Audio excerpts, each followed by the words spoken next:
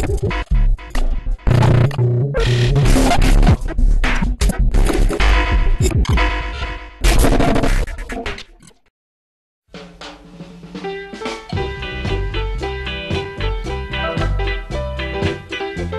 ceux qui ne me connaissent pas, mon nom est Rémi Bernier.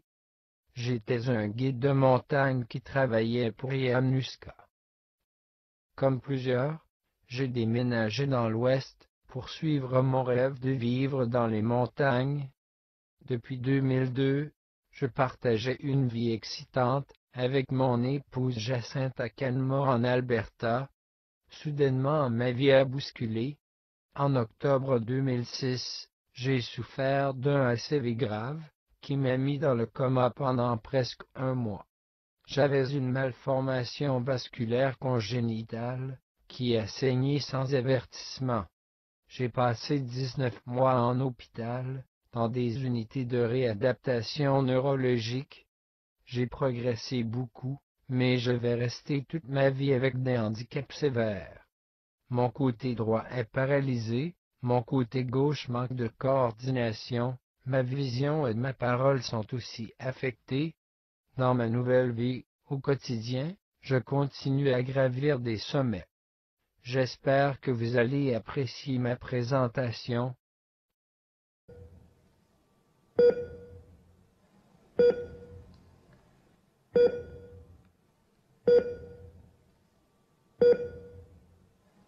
Après 28 jours, je me suis réveillé de mon coma, prisonnier de mon corps et de mon esprit. J'ai vite réalisé que ma vie serait désormais changée à tout jamais.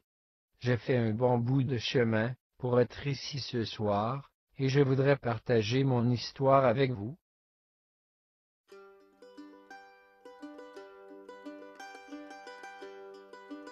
Je suis né à Montréal le 6 mars 1979. J'ai grandi au Québec dans une famille de 2 enfants. J'ai un frère qui est de 8 ans mon aîné. Ma famille vit toujours au Québec. De mon enfance, mes souvenirs les plus vifs sont les vacances au chalet familial, dans les Laurentides incluant de longues baignades et de la pêche sur le lac Grenier. Dès mon tout jeune âge, je passais tout mes temps libres à pratiquer des sports de plein air.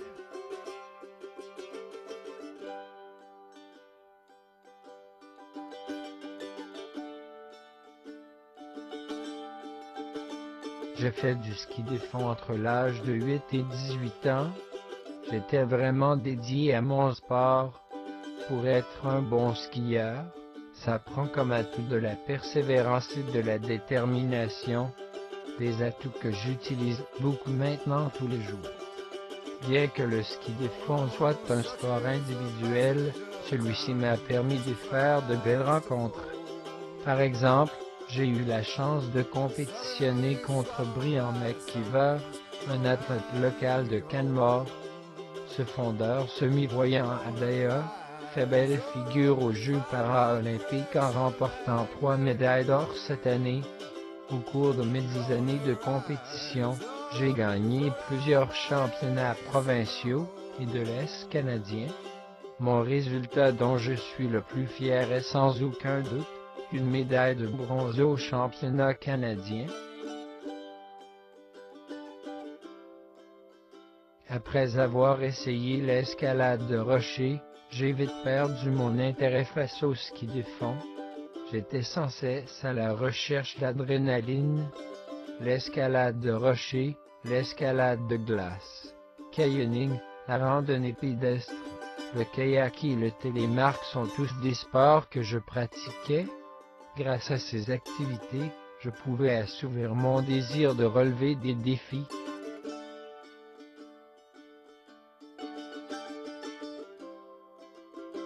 En compagnie de 5 amis, y compris ma future épouse, nous avons organisé une expédition pour escalader la Concagua. Cette montagne est en fait la plus haute montagne des Amériques, avec ses 6959 mètres. Avec mes 17 ans, j'étais le plus jeune de notre équipe. Malgré mon jeune âge, j'étais sans aucun doute le plus motivé à atteindre mon but. J'étais complètement emballé à l'idée de grimper ma première grosse montagne. À mon retour, j'avais la forte ambition de devenir un alpiniste. L'année suivante, j'étais de retour en Amérique du Sud pour conquérir les volcans de l'Équateur. J'y suis allé avec un couple d'amis québécois. Notre voyage fut un succès et nous avons eu la chance de mettre pied sur plusieurs sommets dont Cayambe, Cotopaxi, Ilizina-sur, Chimborazo et Tongurawa.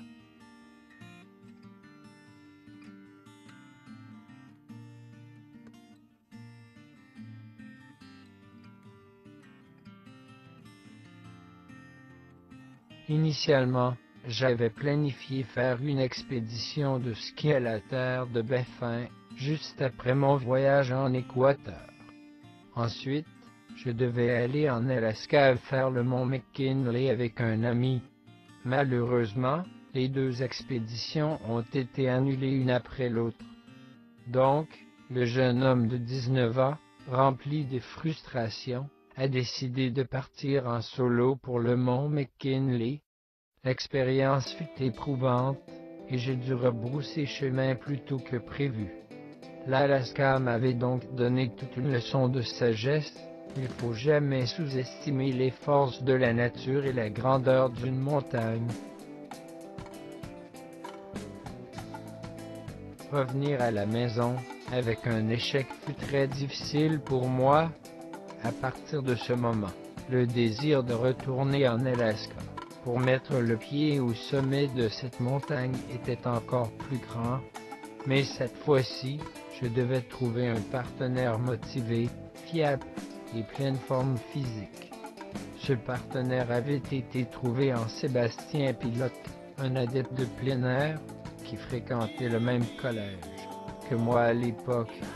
De plus, il allait nous falloir un véhicule qui allait aussi nous servir de maison tout au cours de notre programme d'entraînement dans l'Ouest canadien précédant l'expédition. Pour cela, nous avons déniché une vanne 1976 que nous avons surnommée la Big Machine. Notre plan était d'escalader la montagne par la West Rib en février 2000. Ce projet ambitieux a presque été réussi, car nous avons rebroussé chemin sur le plateau sommital dû à des températures trop froides. Croyez-le ou non, mon thermomètre a indiqué des températures en dessous de moins 60 degrés Celsius.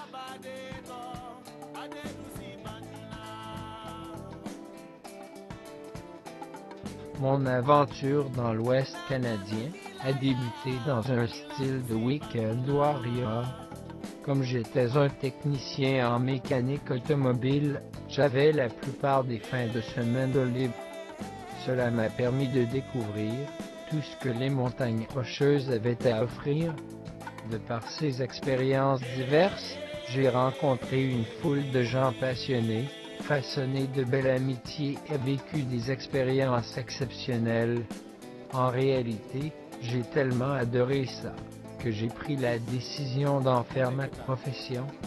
Être guide de montagne au Canada, c'est tout un projet. En moyenne, les futurs guides de montagne vont investir environ 8 ans de leur vie pour atteindre leur objectif.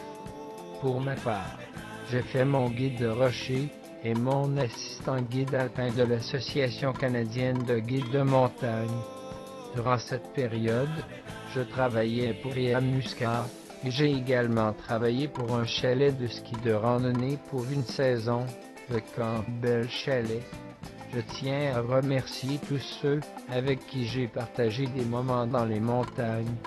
Sachez que ma mémoire est intacte et que tous ces souvenirs sont marqués à jamais dans mon esprit.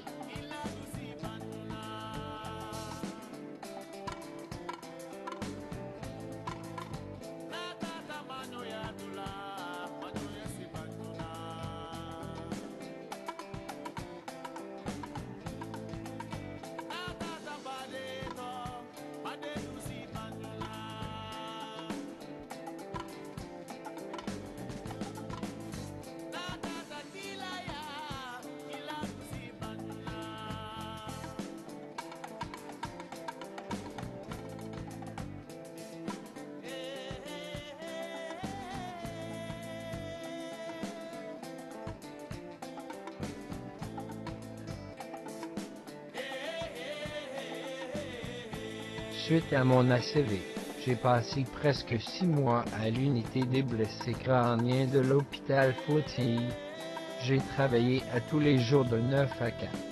Physiothérapie, ergothérapie, activités de loisirs et orthophonie. Cette période de réadaptation intensive fut extrêmement difficile. Mon travail à temps consistait à réapprendre à exécuter une foule de tâches pour combler les besoins essentiels à la vie. En outre, j'ai dû réapprendre à parler, utiliser un tableau pour la communication, avaler, manger, s'asseoir, faire des déplacements au lit, le toilettage, et j'en passe. Ma progression fut très lente, et cela a nécessité beaucoup de patience.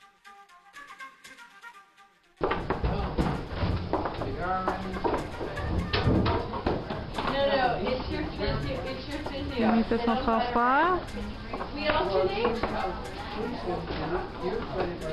Who, your physio says me? Who's your physio? I'll let Jackie know and turn on for chairs, okay? Yeah. Regarde-moi ici, Rémi.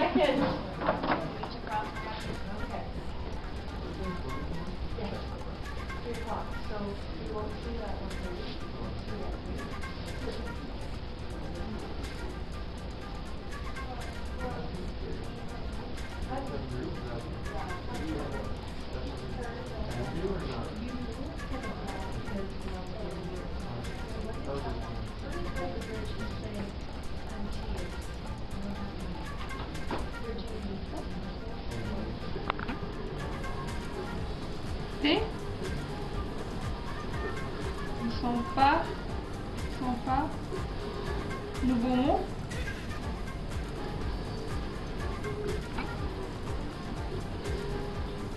F. Ils sont pas sages. Ils sont pas ça. S'ils sont ça, tu te demandes de changer. Marie.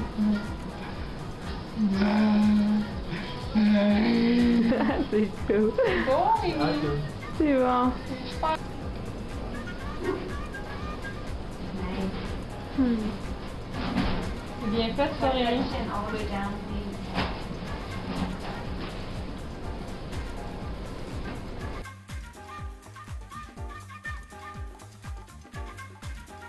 Après le footy, ma seule option pour continuer ma réadaptation était d'aller à Panuca. Cette ville western est située entre Red Deer et Edmonton. C'est à ce moment que j'ai commencé à faire mon processus de deuil. Il était maintenant clair que j'allais souffrir d'handicap sévère et qu'il fallait commencer par accepter si je voulais m'adapter. C'est donc à ce moment que j'ai fait le plus de gains fonctionnels, transférer sans aide au lit et à la toilette, prendre ma douche tout seul et m'habiller. C'est aussi là que j'ai eu mon ordinateur. Depuis ce jour, mon ordinateur est une partie intégrante de ma vie quotidienne.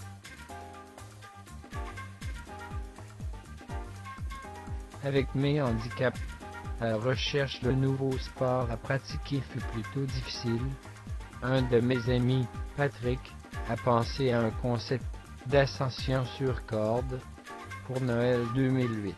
J'ai eu un harnais industriel et des pièces d'équipement spécialisées pour permettre à mes pieds de s'agripper sur la corde. Avec un peu de travail, nous sommes parvenus à rendre notre système assez efficace. Après quelques tentatives à l'intérieur, j'ai eu la chance de faire ma première remontée sur corde à l'extérieur. Je suis heureux de pouvoir encore pratiquer l'escalade à ma façon. Merci à Patrick, Jacinthe, James et Brian pour leur aide dans mon projet.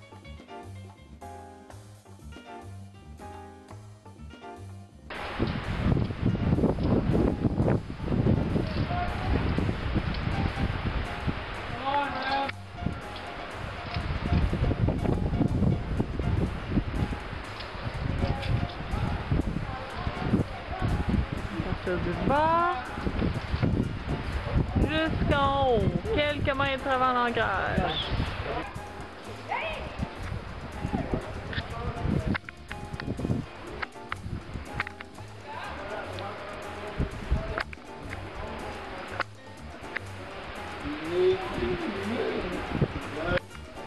Peut-être qu'un jour, je vais avoir la chance de faire une longue voie.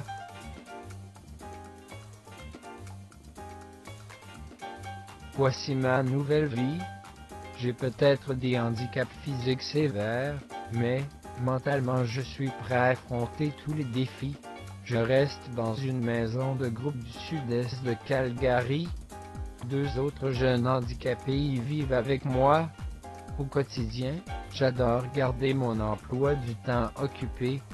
Mes passe-temps incluent travailler le cuir, jouer au poker à l'ordinateur, peindre et regarder des DVD. Je reste actif avec MaWiFit. Je fais de la musculation au gym 2 fois par semaine et je vais à la piscine quand j'en ai l'opportunité. J'aime essayer des nouvelles choses et récemment, j'ai même essayé les quilles et le billard. Chaque jour, ma vie est remplie d'obstacles. Qu'il s'agisse d'aller à mon groupe de conversation ou d'aller à un rendez-vous chez le médecin, chaque tâche comprend un défi de taille. Je crois fermement que si quelqu'un a des rêves, de la motivation et une attitude positive, il possède tous les ingrédients pour atteindre ses buts.